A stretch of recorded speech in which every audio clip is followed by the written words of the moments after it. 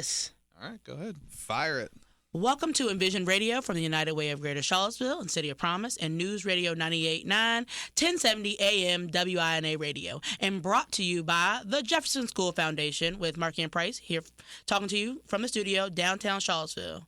Today, I am thrilled to be joined by Judy Jones-Pointer, the living legend herself. Judy, thanks for being here with us today. Thank you for having me. The weather is great. You think this is a fall, spring?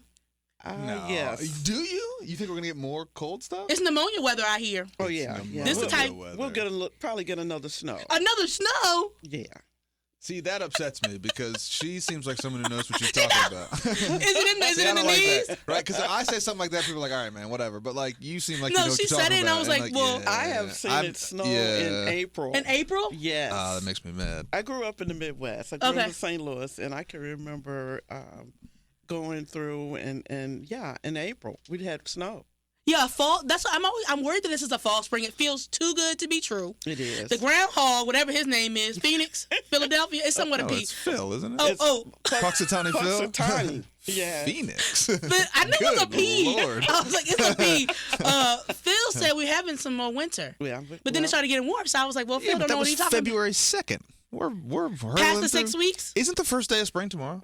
It is. Is it? Yeah. It is. Yeah. And it'll be very nice, and the weather's kind of. It's so nice. But I heard it's going to be cold next week. Oh, really? Right. And that might be the snow you're talking about. She can feel it in her bones. Well, you see out west, there's a big snowstorm. Oh, is right now? Oh, yeah, blizzards out west, and it's moving. Really? The system is moving. Climate change is tearing us up.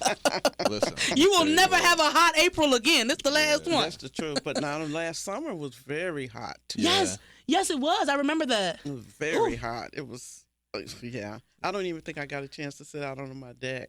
Is that what you like to do during the summers? Well, I've been trying, but it seems like for the last 2 or 3 summers, it's been too hot to sit. It's been too hot, or it's been raining. Yeah. But something's been going on. Well, so. the plants need the rain. You know how they say.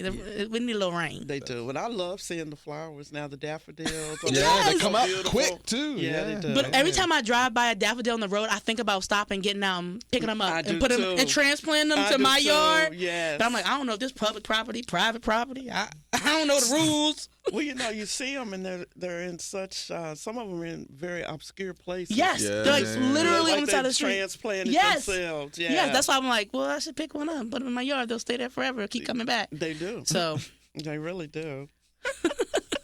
But Judy, how we usually start this thing is we ask each guest, like, tell us how you got to Charlottesville, where you grew up, and a little bit about yourself for people who don't know. Okay. Well, I grew up in St. Louis, Missouri. Spent my not my whole life. Initially, I was born in Cleveland, Ohio. Was adopted by my grandparents and my paternal grandparents, and moved to St. Louis and spent my life there. Went to college in Nashville, Tennessee. Went to Fisk University. Hey, shout out to Fisk. Yay, Fisk Bulldogs, yeah. And so I stayed there for a while, and as I was hoping to really make a life in Nashville, because I just love Nashville. I was going to ask you how Nashville is. It was Tennessee great to me. It feels scary when people say Tennessee. I'm like, I don't know. Well, my husband is from Tennessee. My husband is from Nashville. Good. Yeah. I'm glad to know some black people love it out there in Nashville. Yeah. I had family there and spent a summer there when I was a freshman in high school, and fell in love with Nashville, and I just swore I was coming back, and so I did, and spent my time there, enjoyed it, still love it. Got married there, had my first child there. It's home. It's our second home. But looking for work was a little different. I did some teaching. Of course, teaching high school students is a little difficult. I'm an old-time disciplinarian, so things have changed now. You can't do all the same. Did they have corporal punishment when you was a teacher? Well, did they? When a little bit, but it was more of that in-school suspension thing. Okay. Yeah. You're just really babysitting them to keep them in school, to make sure they're doing their work and staying out of trouble. Mm-hmm. That's the main thing. But I think that's important. Yeah. Discipline is important. Right, because you need that in school. And, of course, growing up in a situation where I didn't. I went to all black schools. From kindergarten to 8th grade, I went to one school. This is crazy. And it was like 5 minutes from my house. I just walked to school, come home, And we lived in a neighborhood where people would look out for you. Right. We talked about that. Yeah, it was like you can't send your kids on just walking to school these days. No, but everybody, we knew everybody on the street. They knew it was a lot of trust. Yeah, it takes a lot of trust to build a community It does. for everybody to look out for each other. And I don't know if we really have that the way we had it then. Neighborhoods are different now. There's so many different groups of people that have moved in, and you just really don't know what's going on. But back then, it was really a community. I mean, your pastor may live in your community, your teachers. My grandfather went to high school with my elementary school principal, and so you couldn't get away with nothing. No. Sure. And my mom was old school. I mean, she was the type of person that if the teacher called and said, Judy is doing such and so, she said, "Fine, you can take care of her there, and when she gets home, I'm gonna take care of her again." So, That's right. And that was just the way it was. And I went to high school, Charles Sumner High School, which was the first black high school west of the Mississippi. Wow. And very historical. When I tell people that Tina Turner went there, Arthur Ashe went there, Dick Gregory went there. The 3 guys that sang with the Fifth Dimension went there. What? I mean, It's crazy. Maybe we're losing. I feel like, these schools, they had talent. Well, there we're is not some of that. having Here's that the no problem, more. though. Well, we're just not in a big market. So, the only one I can think of that is sort of analogous to me is New Trier High School in Chicago. Has a ton Of stars? of people that it's a city thing. Like, if you have a big city high school, that's where the people come. folks come from. And it was right? really the only school that blacks went to because So, of the right. segregation. If you was black and anybody, talented, that's probably why all the right. talent's coming out of there. That's the only place they can go to the school. only place they went. That's Okay. right. Well, That's now, did you know Tina Turner? Or she was there before you? No, she was way before me. But I don't I know. did get a chance to see Arthur Ashe when he came back Okay. my junior year. He came back to the school to see his old coach, Dr. Richard Hudlin, who he went to live with and hone his skills to play. And he came, and we all got a chance to meet him and talk with him and everything. That was really, really special. Cool. Yeah. That was really super cool. special. Yeah. Yeah.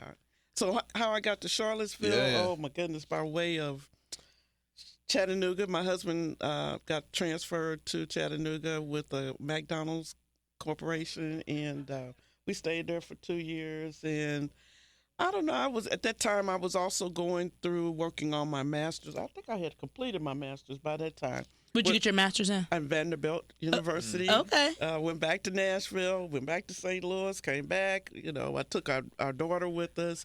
We stayed on campus, did the married student family home life and everything, and really, really a great opportunity. So anyway, we moved to Chattanooga, which is another lovely little place. I mean, at first we thought it was just like a little dump, you're just coming through, and you go through, but beautiful scenery, beautiful lakes and everything, and you stop off at the McDonald's and get your little food, and then get back on the interstate and keep going. That's right. But when we actually moved there, we found it to be a very, very lovely community and very diverse and just a lot of fun. And at that time also, I was in a fellowship program with CASE, the Council for the Support of Education, out of D.C.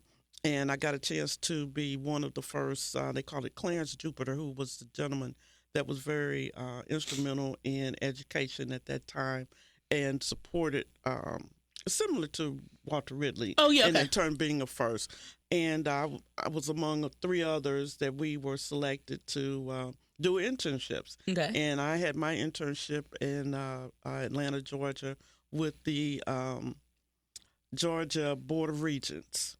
And so from that, of course, my background is education, but then the degree was in institutional advancement, higher education administration, which would lead me to have opportunities to work in development, fundraising, all of that kind of thing. And interesting enough, I chose that degree because at that time I had such a love and still have a love for my alma mater, Fisk University, that I wanted to really go back and be the president. I mean, Oh, that was- fifth? Yeah, Yes, girl. that was my goal. And you That still was got my goal. time. I was about to You say, still I got know. time. Yeah, it Well, was. you know, I've learned a lot about schools and their love for alums, and Yeah. they don't really treat their alums that well. So, All that you talking about universities in general? well, that I can only speak you can- okay. for them. Yeah. Unless they got And some money. I went through a lot of ups and downs, and you know, I've seen some other classmates that have tried to make some inroads, and weren't treated very well. So let me just say that I put a pin in that one and decided to do something else. Through another networking opportunity, met a gentleman who encouraged me to look at Virginia. I hadn't really thought about it. And, Do you remember your thoughts of Virginia before he had mentioned it? Well, I knew I had never really been there. My daughter had come up here a couple of times on a school trip from Chattanooga, and they went to William and Mary. And a college trip. Right. Well, no, actually, it was a grade school event. Oh, okay. And they stayed on the grounds there cool. in William and Mary, and no, it wasn't William and Mary. It was the what's the other place? Williamsburg.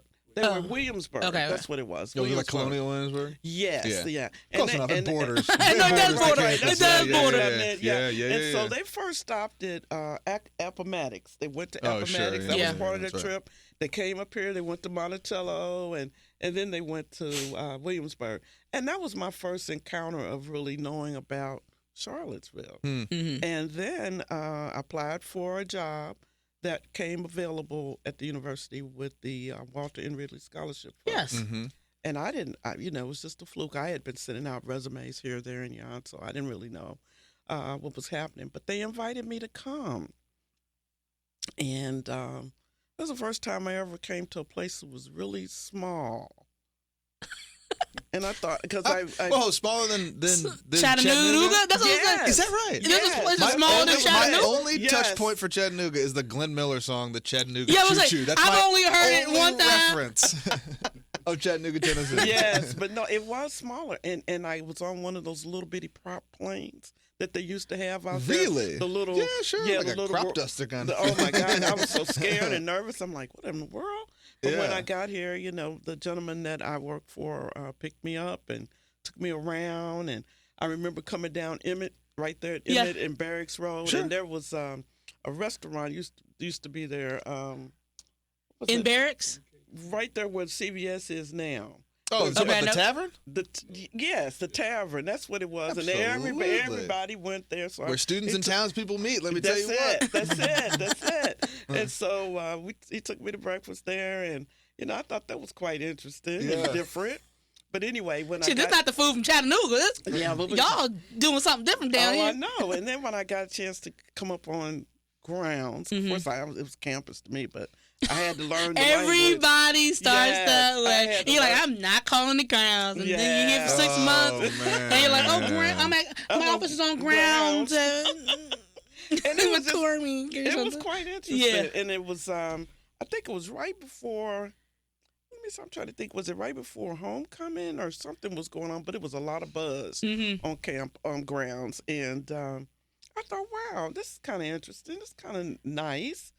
And, the interview went well. I met a lot of people. I went home and I prayed and I said, Lord, I'd like to be in a place that is nice, quiet, someplace where we can settle and my daughter doesn't have to keep changing schools and, we can have a good life here. And lo and behold, I got the call in the fall of 1999. We moved here. And packed up and came to Charlottesville on the duster. We sure did.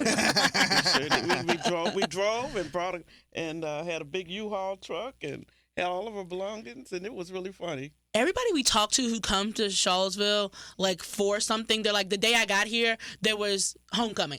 There was another person who said it was, somebody, they were like, we were walking down the street and there was no, people it was Tristan was saying it was a football game. I was like, I think they only take interviews and applications during the football season, right? Right. So that when people come, they're like, wow, what a nice college town. There's hundreds of people walking the street. This is about family. Yeah, you come down here in like June, it's just no, dead. it's dead. see, we only gonna hire people when we know the town is a buzz. That's right. That gotta be a strategy. Yes. I'm gonna write that down because that's smart. It is. Sure. Oh, look at all the stuff that's happening Look at all down the there. stuff that's happening. You come in June, leaves, tumbleweeds running through the streets. Oh yeah, you go to the corner in June. That was funny. Nobody going and on it was interesting because once we got here and we got settled in, I think we finally got settled in and found a place to live and what have you. We had been moving all day long and we were tired and I remember we went to Wendy's up on 29 and lo and behold, who was sitting there eating a sandwich? Is it somebody famous? Let me guess. John Castine. Oh my God. Oh, no kidding. May he rest. Yeah. And may he rest. Bless May he his heart. rest. He was such a great man. And The modern university president, they call him. yes. I mean, he was just so pleasant. And we told him, well, excuse us for waiting, but we just moved here. And I told him what I was going to be doing. And he told me, good luck and, come by the office and everything. And that was just so nice. I mean, he was just very unassuming. Yeah. And very, very down to earth. Yes. And I thought, wow. I said, now he's the president. Mm-hmm. I think people say that about him. Yeah, it's like I think you expect people, your town celebrities, to like be this big personality, this big guy, and then people are like, no, we went up and we could have a coffee with him. He would say, if you need anything, I'm at the president's house. Like that's crazy to me. Right. It really was. That's kind of how T. Sully was too for me. Okay, I don't know. Everybody like, oh my sure. God, it's T. Sully, and she would just be like, I'm a regular person.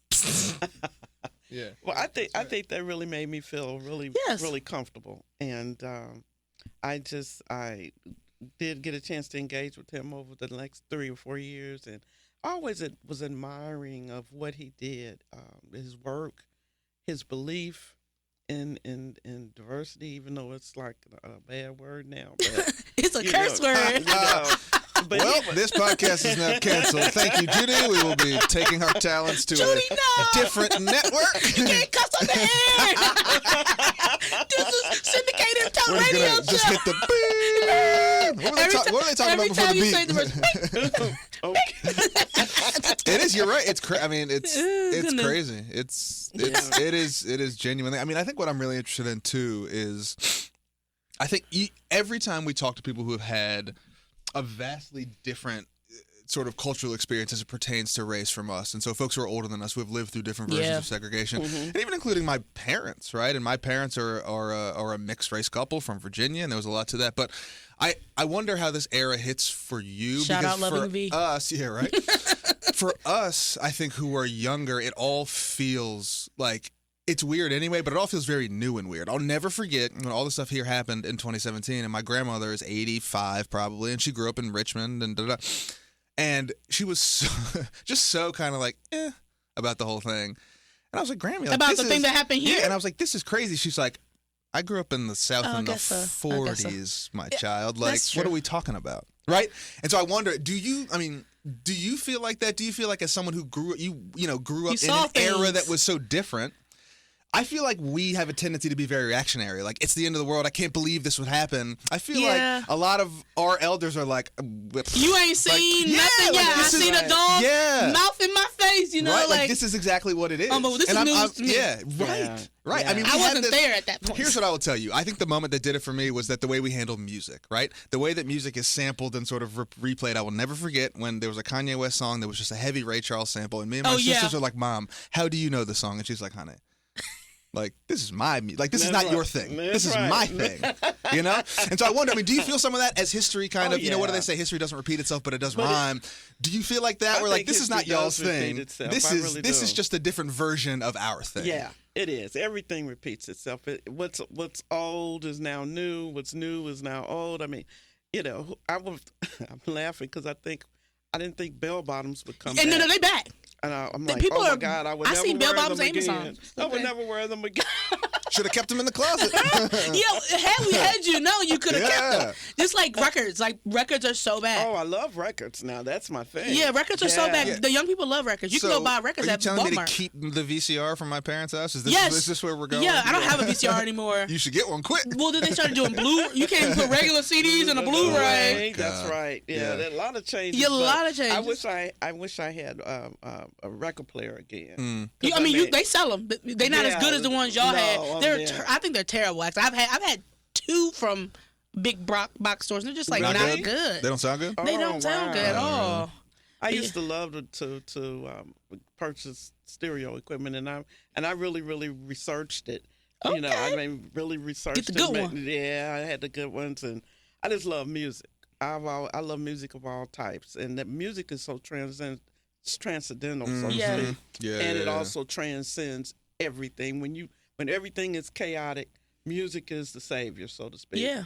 It really is. And but to answer your question about that particular incident, we were sitting at home, and the news came on, and I looked at my husband. I said, "What in the world is going on?" I said, "Here in Charlottesville, what?" And I'm like, "Oh wow." It was unbelievable, and people were calling, checking on Sure. us. Yeah. Of course. What's Same. going on? You know, that's I'm an like, international story. I was yeah. in school. I was at UVA then. Hey, wow. But I was at Rio because it was summertime, so I was at home. Yeah. But I come to Charlottesville. I'm it's my hood.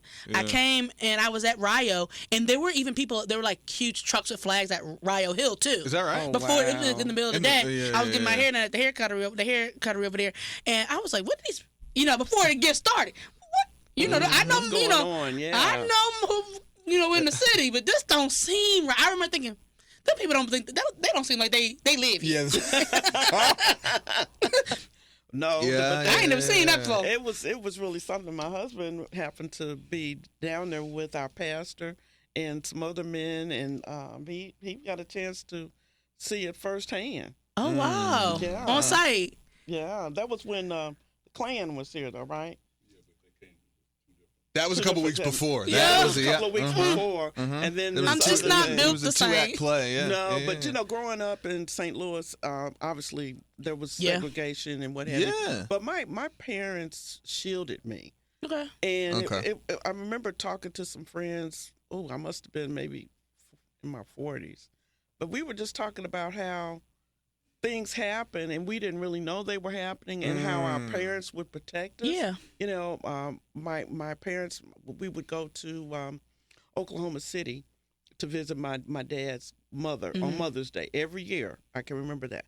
And I remember so vividly, my mom would pack the car. You know, she'd have blankets and pillows. And I remember she would cook food Yeah. and everything. And, of course, when I was little, she put my potty chair in the car, and Yeah. you know, and she'd have my little bed in the back. And I just thought it was an adventure. Right. I never knew that they couldn't stop. Couldn't stop. Anywhere. I think that is something to think about. Yeah. And I Yeah, thought we about packing it. 3-4 days worth of food because we can't stop nowhere. Right. That's Other right. than for gas. Yeah. And, you know, and I just thought about that, and it really touched me to think of what they went through and just what they protected us from, you know, to endure that, and then, you know, try to shield us from it. But I think it we gave us a stronger appreciation, and so that we could instill that values into our kids, Right. into other children, to let them know what's going on, and how to navigate it. Even now, it's with everything in the climate that we are in now, it is important for families to understand where we've been, what's happening, and to keep the faith, really Yeah. keep the faith, because we will keep enduring. They have tried to diminish us for so long, but being the original people, we're not going to die. We're not going to die. My biggest worry is that I'm not built like negatively the way that my ancestors were built. Like they did a thing, like they came up in a terrible time and they made it and they endured. I'm the legacy of that endurement, and it's like I got to do it for the next person. But Like you we can. got to be in the street. Well, they was you know, out I there think sacrificing jobs and life. Someone said this though, is that that it takes all types, right? In a sense of like, Okay. we have, and I'd love to hear your point of view on this. I think that we have, A job for everybody. yes, but I think that we have somewhat unfairly over-rotated on the seminal figures of all these movements, right?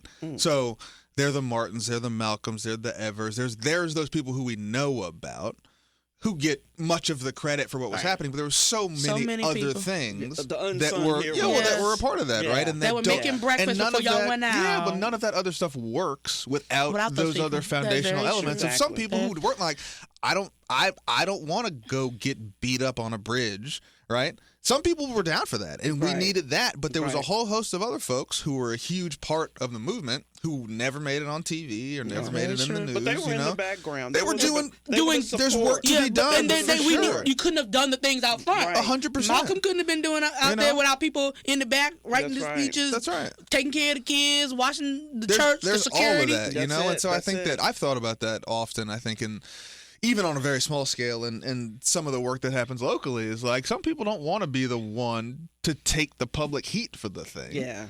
And some people do. And some people do. I think there's always going to be that level of people that want to be in the background. Sure. And then those that really don't want to be involved. And then those that really want to forget. Mm-hmm. There are a lot of people that the memories of what went on was so devastating to the point that they just like, I don't want to talk about that because that evokes so much pain and harm. And they don't realize that even though that's the case, the kids need to hear that. Sure. Because that will strengthen the kids to understand, well, wait a minute, Grandma did this and this happened. I see this situation maybe coming again. What can I do to make a change? Yeah. Can I be more forceful or, do I get out there on the front or do I stand in the back or do I just sit back and let things happen? I think even just that to me has strengthened me just now. Like, really? Yeah, because, I don't know. I'm trying to live up to something. It's hard to think about those things, but we need to keep the strength, to keep it the faith. It is hard. I mean, even when I think about it, I keep wondering sometimes, I said, would I get out there in the front line? Right. Even though, and Lord knows, I have always been thankful for those who paved the way. Right. Always give them credit for those who gave their blood, their life, to make it possible for me to even decide whether or not I want to or I don't want to. Yeah. So, that's really interesting, though. Yeah. But again, it's all an individual thing, but we can all do something. Yeah. We can all do something. I think that's really important. And also, we talk about this often when we think about things that are happening now. People are like, boycott Target and protest this and that and the other thing. But we've had this conversation with some folks before. I think we talked about it in the context of it was like Serena Williams or someone was like boycotting a tennis tournament or whatever. And, there was this sort of conversation around that like, see, like Serena's willing to like not do her job or forego a paycheck for what she believes in. I'm like, Serena's a billionaire married to a different billionaire. Exactly. Like she can afford to not work for a little while. So a lot of people can't afford to sacrifice a paycheck. And so I think what we haven't done a good job of is contextualize that argument to say, hey, if you're working hourly, you might not be the one who can stand on business like that and boycott your employer. Exactly. Because you have other priorities, but it doesn't mean, we can't look down our nose at that and say, well, you're not doing your part. Exactly. Right? And so I think there is a little bit of kind of sociocultural arrogance that we approach some of these things with. That's of true. Like, well, why don't you just not go to work? Yeah. Right. I think it's easier for some people who can miss a couple, get a new job next week, but not everybody can do that. Not everybody can do that. That's probably what, like 99%? That's right. I think I saw a stat that was right. like 80%, 90% of people are living paycheck to paycheck. Like they're doing okay. Food on the table, electricity, house paid. But if they had an $800 car payment tomorrow, they would have to start making some decisions about how they running this month of their life. That's right. Savings, like it's just, even people with savings are still living paycheck to paycheck because the savings only going to keep you. That's right. A little bit. And now people are really, really scared with all of this talk about Social Security. Yes. I'm thinking, that's our money. How dare you? How dare you? No, I'm saying, how dare you? Seriously, how dare you take the money that we have worked for? That's right. You don't have a right to that. That's right. So, exactly. But that's as they say, that's another story for another day. Hey. Yeah. But I did want you to talk a little bit about the work you did with Ridley and at the university and, the importance of higher education for minority students. I'd love you to talk a little about that and the work you did there. Well, I think the work that I did with Ridley was really, not for me to say that it was outstanding, but the scholarship program itself is outstanding.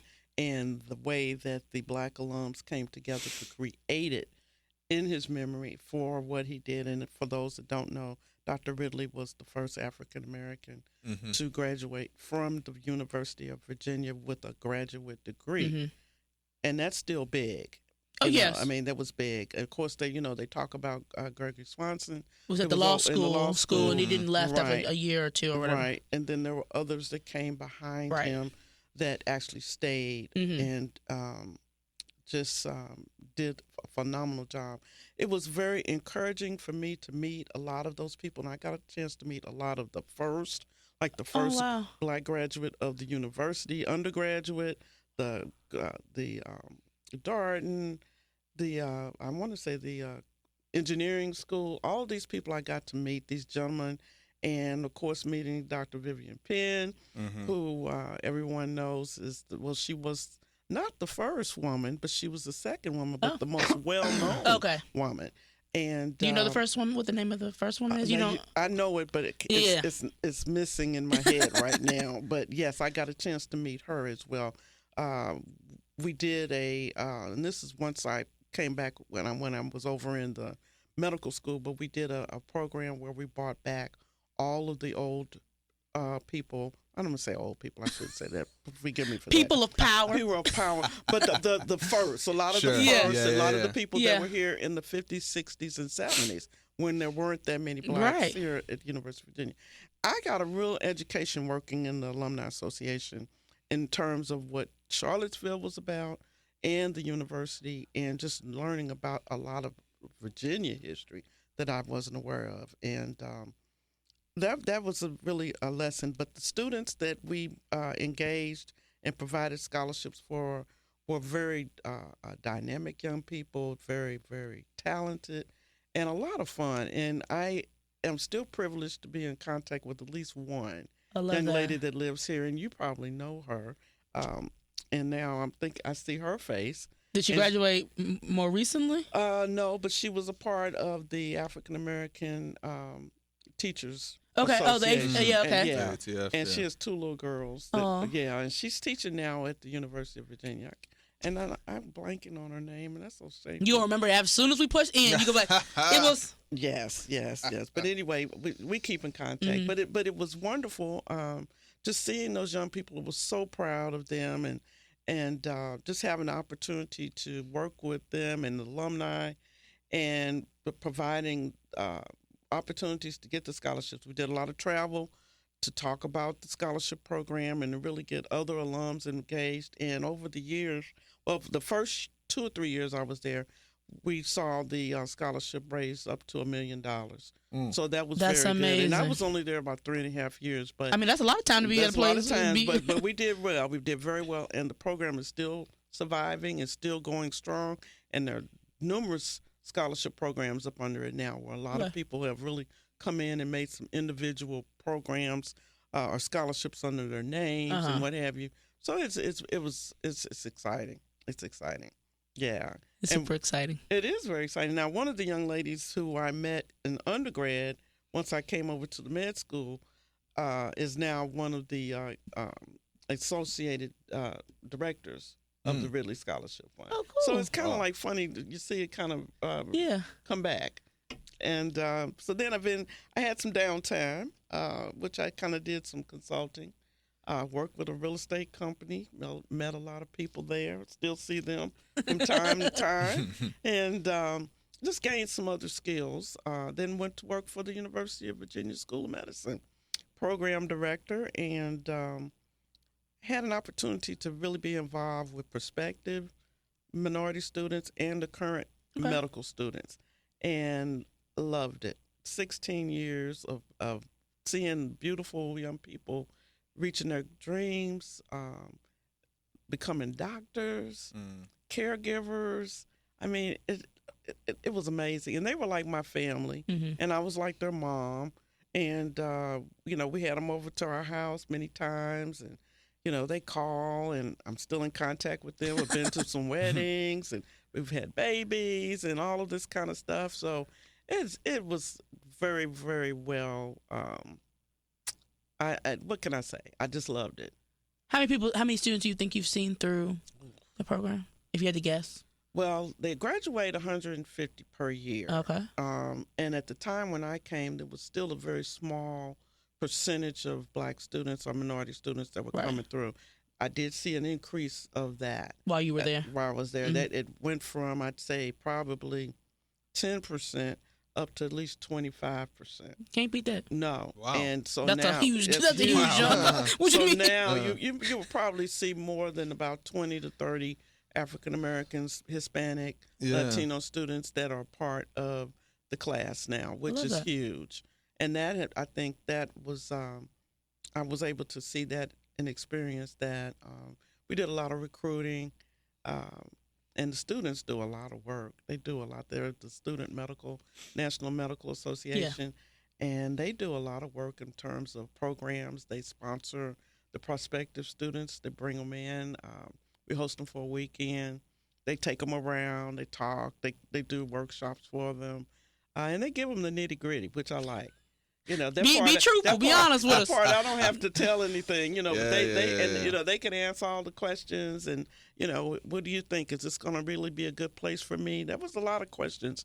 You know, how is the racial barriers here, or what's going on, or you know, how will I be received? And a lot of the students, I think, did very well, but there were some hiccups along the way. You know, you still got a lot of people, even though they're professionals, that just can't get over the diverse thing. You know, they don't want to see that. And then the students encountered some negativity from patients. You know, a lot of them were called in words. Even some of the doctors who were on staff were called in word by patients, or, you know, they didn't want to be touched or whatever. So we had a lot of experience with that. But all in all, they got through it. Yeah. They got through it. You can just go ahead and fade out then if you don't want me to handle it. No. I was going to say, go ahead with my plug. Yeah, go ahead with I the plug. have two things to say. The first is that if you're just joining us, this is Envision Radio from the United Way of Greater Charlottesville and City of Promise, News Radio 98.9, 1070 AM WINA. Price and Markey here with Judy Jones Pointer. And again, big thanks to our sponsor, the Jefferson School Foundation. Also, I will say, before we came on, what did she tell us? She said, well, I don't know if I'm going to be able to talk and this, that, and the third. And I'm looking at the clock. We're 37 minutes in. You have not yet taken a breath, my dear. People are so woven into the tapestry of a thing. Like, you don't realize that you've touched so many lives. And you don't realize it. Well, that is true. Until you start talking. That's you're true. like, and I don't brag about it, but I've had some people say some things to me. You know, you've been very instrumental, and you've helped me, and I just thank God for that, because again, that's my talent, and I thank Him for it. You know, that wasn't ever my goal, but if that is my goal, then that was your ministry, though. That's it. That's what I'll continue to do. You know, anywhere I can speak or mentor or give any kind of assistance, you know, that's me. Can you think back to young you? What did you want to do? What did you think you'd be doing? Do you have memories of, like, even when you were a little older, right? Lawyer, I mean, even collegiately, right? If you were like, okay, I'm starting to form a version of who I'm going to be as an adult. Do you feel like you hewed close to that? Do you feel like you took a hard right? I mean, like, you know, when you were sort of coming out of school, right? What did the path look like? Well, my mom was one of those strict people, and you know, if this is what she said, then that's what it had to be. And she always wanted me to be a teacher. Okay, so I said, okay, I'll do that. But it was so funny, and I don't know how I decided this, but I actually graduated in 3 years from college. Okay. Yeah. You don't play around. Well, no, I had this idea. I said, I found out I could go to the community college during my senior year in high school. Oh, sure. So okay. And they had programs where you could come in and you could take, classes. Right. And I had enough credits to transfer. And when I got to Fisk, I was like what they call a second semester freshman. Okay. Sure. So I was kind of always like half a year ahead. But and I didn't know why, but I remember when I realized about 6 months before I got ready to graduate, I'm like, I'm not really ready to go. I don't want to leave. That happens. This train went too quick. I was enjoying school, and I kind of wanted to stay around. I definitely wanted to stay in Nashville. And I thought, I'm not ready to go. But what I really found out was that there were other people who had the same major as I did, English, that were doing different things. They were going into law. Yeah. Sure. They were going into medicine. They were going into journalism.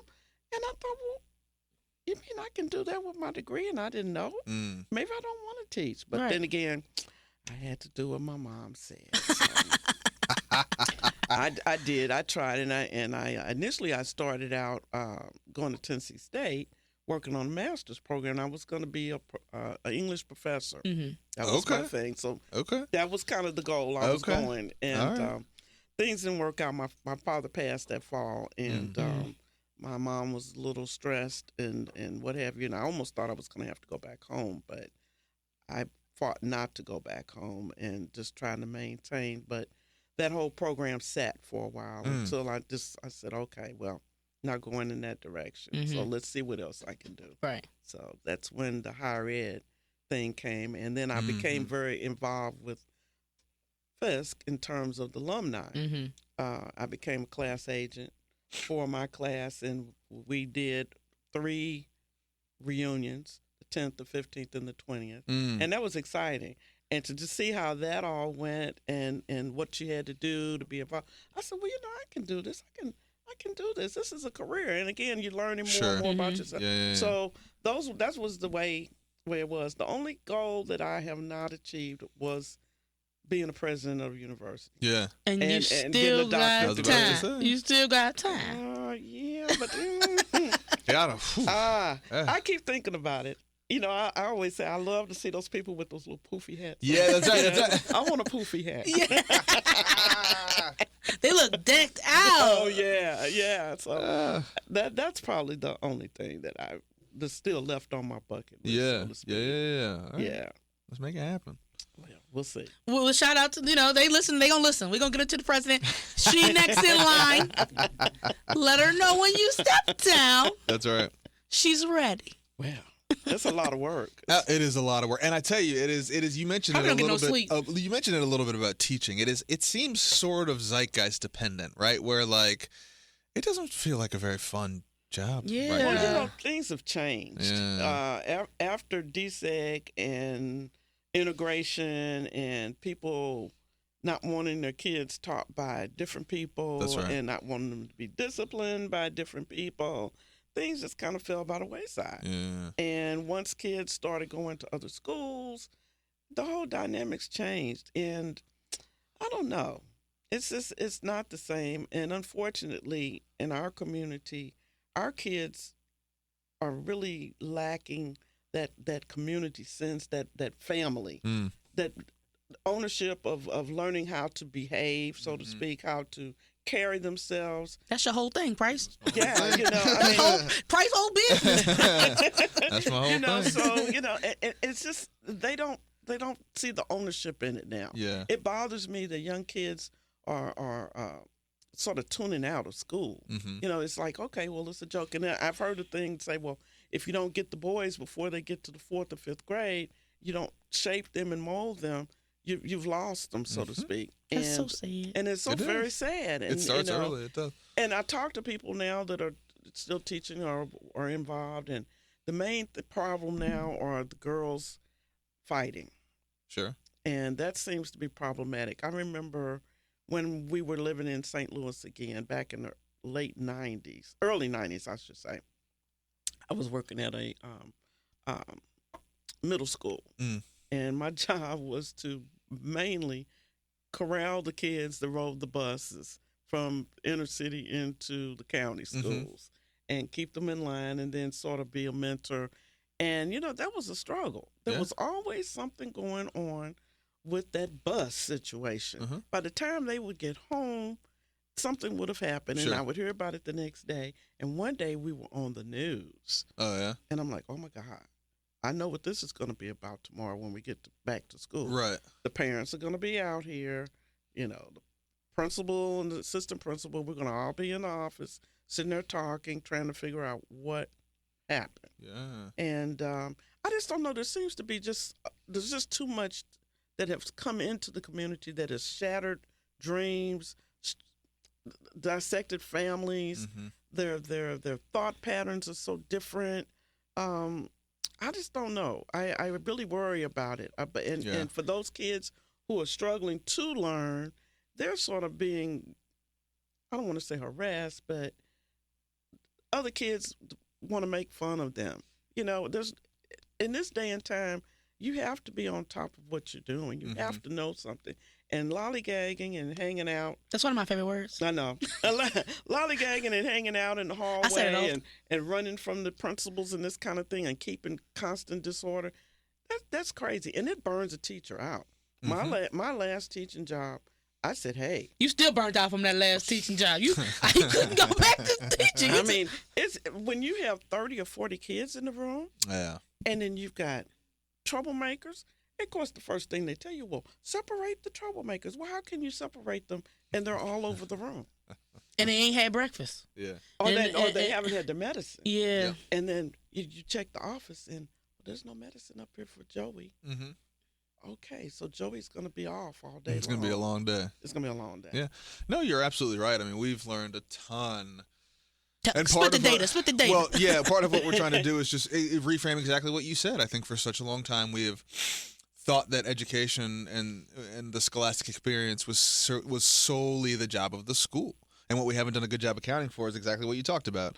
Kids show up without the medicine. Kids show up having not eaten. Kids show up from all of those kids who are on that bus that you were in charge of were coming from neighborhoods that were unsafe, that were under-resourced, that were underfunded, going to a school with kids from the other side of town who had all the stuff they needed to show up to school on time and on target, right?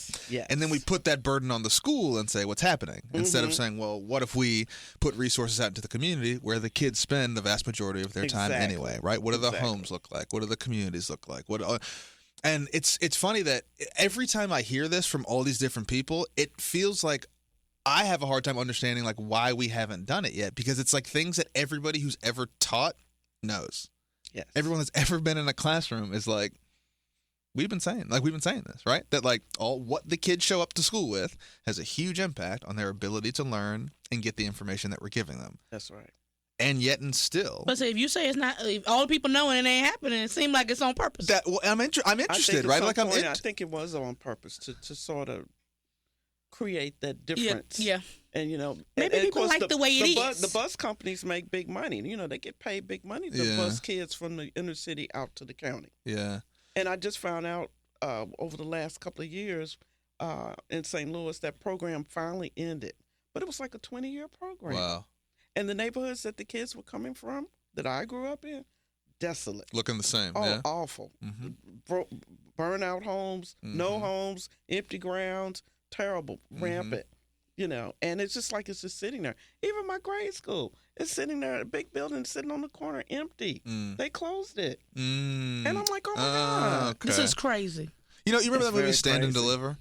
Yes. I think we fell in love with that theory a little too much, right? That like, oh, we'll just take these kids, we'll put them in a different school with like one dynamic teacher, and that'll be the thing, right? Yes. And we romanticize that notion, and I think that gave us an unintentional kind of vision of a school that is not really reality. So to your point, like what is that school that closed other than a mosaic of the kids that go to it? You can't really tell me that if that neighborhood wasn't better resourced, of course we could have kept that school open. It was before. Somebody was keeping it open. I got everything I needed from there. Exactly. Everything from kindergarten to the 8th grade. I got everything I needed. That's right. And more. It's weird that it worked before and it doesn't work now. Yeah. Well, there's always that underlying. Yeah, something is amiss. Sure. There's something that we're not seeing and saying that is different. How did it work then? How did the school exist? How did people get their education? How was Judy sitting right here being a living legend from the same schoolhouse that's now sitting empty? And it can't work that way no more. No. There are things that have been changing through history that are making that possible. Sure. On purpose. Sure. On purpose. And that's the reality of it. Yeah. They saw it back because, again, if you can take the kids out of the community and bus them to a better school, what's to say you couldn't put that money in the inner city where they live? Right. Like you say. There you go. So they could go to the same schools and get the training and be in the community. Because another thing that really upset me was that there were so many. How far did you think they were traveling, babe, from out there to Chesterfield? It was at least, 45 minutes? It's funny that there's a guess. Yeah, at 30 to 45 minutes to get to school. Sure. And some of those parents couldn't even get out there to see about their kids if anything Yeah, happened. that's true. Oh yeah, no, for sure. You gotta get Others to work. didn't even know where the school was. That's right. Right. And that upset me more than anything. And, That's and right. so, my thing was that I had to get on the kids. I said, look, I need you to act better Yeah, because people see you and they think this is the way you're acting. yeah. And they think this is the way you are. You've got to dispel that myth. It's a huge burden, though, to have to, like, know that every action you take is a representation of, that would stress me out. They don't get and it. it does stress me out. It does. The kids I'm don't, like, the kids don't get it. They don't. I can't even be bad one don't time. know. No, You know. but I think so much of it too, and you know this, having a mother who you said was strict and having raised kids. I mean, you are so much of the things that are put in front of you and the environments that's put around you, and so much I think of.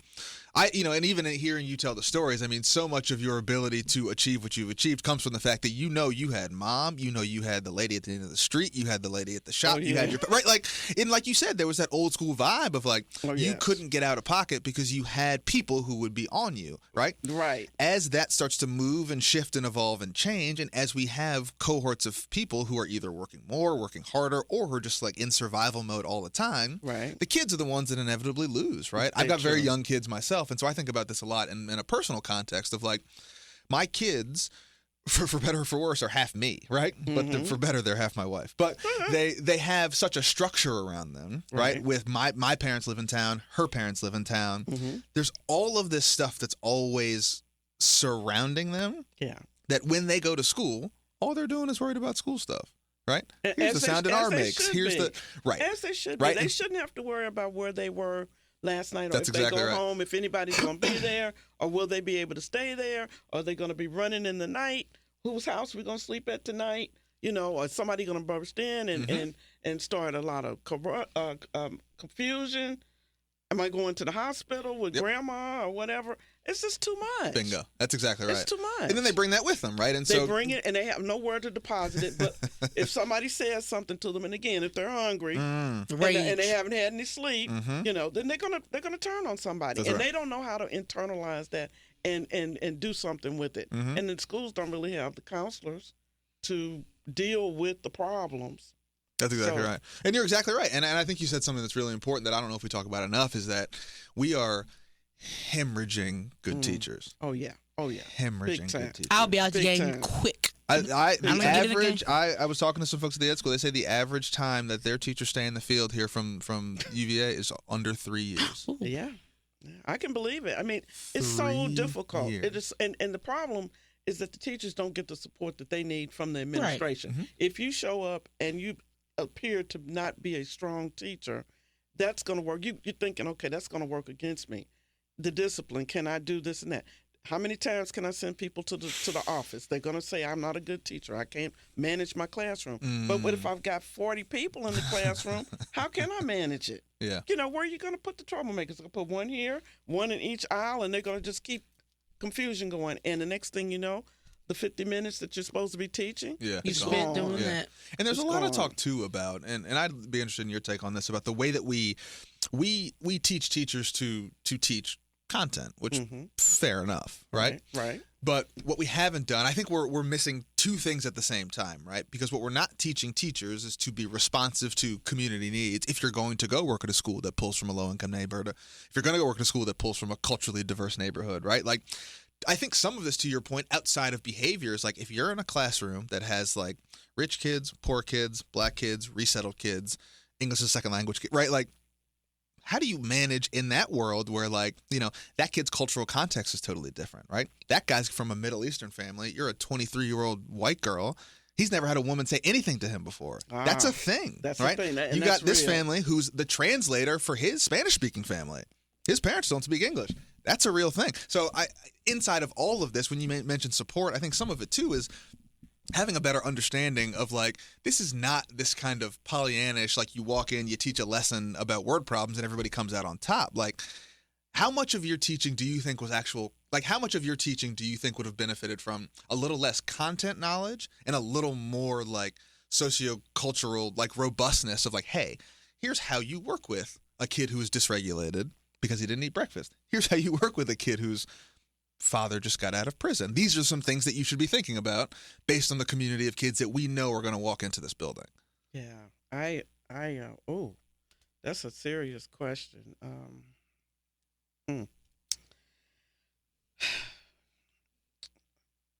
I don't know what percentage of that would be. I think it's in this day and time, probably half, over half. And I've seen so much change, even in the last time that I was teaching, that, you could spend a whole 50 minutes trying to just talk about those things and not really get the classroom, because, again, like you say now, you got all of those dynamics, and teachers really are not prepped for that. Yeah. They're not taught that, nor are the principals. All they want you to do is just go in there and sit, teach history, teach the curriculum. 1 + 1, and get to going. But a lot of times never works like that. It doesn't work like that.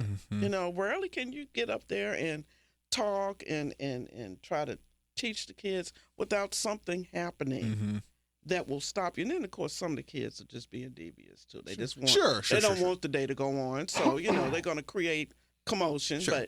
But you try to get back to that. But I think having the resources in the schools to help support the kids is so important. And of course, they're always talking about, well, we don't have the money for this, they don't have the money for that. Something has to give somewhere, because, again, if the teachers are leaving, who are you going to replace them with? Just bodies. Worst teachers, yeah. Just bodies, or just, and then the teachers are overworked. Sure. A lot of them are working 2 and 3 jobs. Because you got to. Yeah, and they can't live in the city where they teach because everything is too, they can't afford it. Yep. And they're driving back and forth.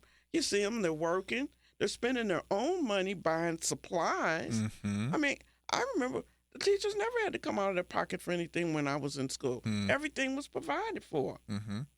Now, they have to decorate their room. Right. They have to bring pens and pencils and papers and everything. And I'm like, what in the world? Yeah. How can you concentrate on what you're doing? Yeah, no, I agree with you. I think you're spot on that, it's sort of degrading from both sides. It is. Right? It is. And I really feel bad about it. I wish there was something I could do to help in some shape or form. Well, I know you're a Delta, right? Yeah.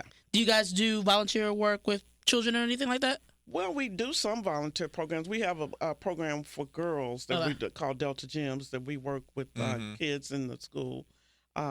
We bring young girls in and we talk to them about a lot of different things. We try to provide historical information.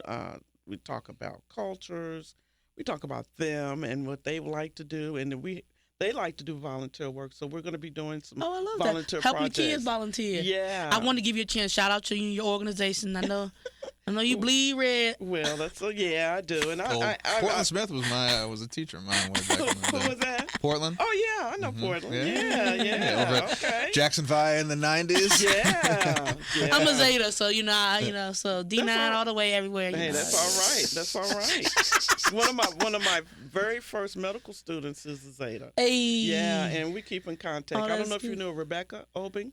I think I do know her. Yeah. Rebecca and I have been like that for a long time. It was since the first time I came to the med school. Oh, goodness. Yeah. The D9, trying to get ourselves together.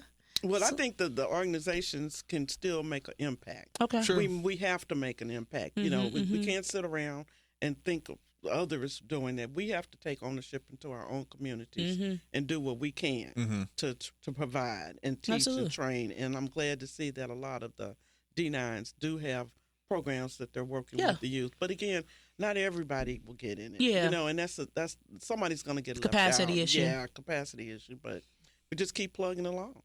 And also with the African American teaching fellows, I hope that they will continue building into that, because that's still so important, and really to have young males be a part of that. Kids really need to see. Who's the executive director over there now? Tamara. Tamara's still there? Yeah, Tamara. Oh, she was writing a book and running a She's marathon. She's running I a thought that marathon she in was Germany or something. Oh, okay. Yeah. I was like, she got maybe somebody else over there running the show. No, she's just doing all of She's that. just doing all the still stuff. Okay, cool. Yeah. That's what I thought. I know she wasn't the best, but great. That's good. Yes. And then, of course, we met Tamara's soror as well. Oh, I didn't know that. Yeah. I didn't know she was a Delta. And then, of course, we do the work with the Women Yes. United. Yes. So that's been another opportunity. I said, well, I kind of step away from what I do traditionally and work in the community as a whole. Yeah. And have found that to be very interesting, and working with the events and working with you, Marky, that's how I met you. And so that's been really great. So I hope to continue doing whatever I can. Even though I'm retired, I'm not really retired. I'm keeping busy. I work at the Y one day a week. Yeah. I'm at the front desk. I love being in the front. I love to see that. everybody Yeah. and talk to everybody. Yeah. So you see people drop off their kids? Well, no. These Oh, people no. exercise and coming in to exercise. Yeah, I don't know. I was thinking about the child care center. Oh no! But I would love being over there too, know, because I love the kids too. I thought that'd be cute. Listen, y'all keep talking about that. I got 2 kids for I know. you. Don't tempt me with a good time. My kids are newly 5 and newly 2. Oh, that's sweet. Yeah. That's sweet. We've got some My house is adopted grandkids out in California. We got, Really? Well, there were 2. Now we got 3. Yeah. They're gonna keep growing.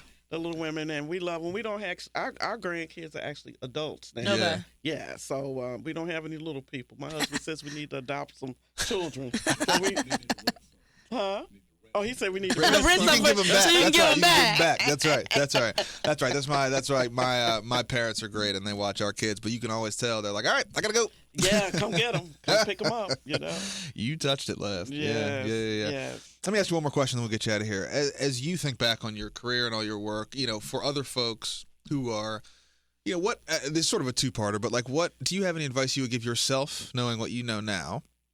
Or for other folks who are coming through, and I know the era is very different and the time is very fraught for a lot of different reasons, right? But, is there anything that you would pull out that you would tell younger folks who are interested in sort of pursuing some of what you've been able to accomplish? I would definitely say have a strong faith in God, and to just trust yourself, be fearless, be bold, if you have a dream and you want to pursue it, find every way you can that is above law to do it, to make it happen. You might have a few setbacks, but don't lose sight of what it is that you want to do and where you want to go. I just think that's so important. Yeah. When I think back about some of the things that maybe I wanted to do, I think I hesitated on some things. Fearful. Not being trusted, but that comes with maturity and growth. And so now it's like I can see things clearer, and I'm pretty proud of the path that I've taken. Sure. I thank God for the path that I've been able to take and places that I've been able to come to. I never thought about Virginia. Didn't know. Didn't really think much about Charlottesville. Really didn't know much about Charlottesville, but we've been here 25 years now. And this is home. Yeah. This is the place that we've actually been the longest. And this is home. And when I think about what I asked God for, He gave it to us. Yeah. And when we go away and we come back and if we're flying, we see those beautiful Blue Ridge Mountains. Sure. Or if we're driving, the drive is so nice coming back. Yeah, it was worth everything. Yeah. Everything. That's great. Thank you for joining. See, that was painless, wasn't it? Yeah, well, I told you. It was great. Just like pulling teeth. I told you. Oh, that's not. That's the opposite of painless. Thank you for hanging out with us. Thank you for having me. That was brilliant. Yay. Yeah. And if you have ideas for the show, want to get in touch with us, make sure you check us out on social media on all platforms at United Way Seville or at City of Promise, and the inbox is open at visionunitedwayseaville.org. Is there a way for people to either keep up with you or get in touch with you, or what if they want to get involved in either work that the sorority's doing or Women United? I mean, how big is the tent, right? Are you inviting people in to say, hey, here's what we're doing, here's where we're going, AETF? Is there anyone you want to give a little bit of love to on the way out here? Oh, I give love to my husband. He's my support. Yeah. Not only because he's sitting here, right? Yeah, but no, he's been my ride or die and my biggest supporter. And yeah, I just want I'm on Facebook for those that are interested and want to look me up. Yeah. Marky's laughing over here. I love lovebirds. I'm a lover girl. Listen, We get support on the show from our friends at the United Way and at City of Promise. And, of course, if you like what you hear, share this with your friends. Subscribe on your favorite podcast platform. You will get new episodes every week. Best way to support us is, again, making a contribution, time, talent, treasure to City of Promise, to the United Way, to any of our other wonderful local nonprofits. That's how we continue to do this work. And, of course, this show. And, again, big thanks to our sponsor and friends, the Jefferson School Foundation, the proud owner of the Jefferson School City Center. For Judy and Marky, this is Price. Enjoy the weather.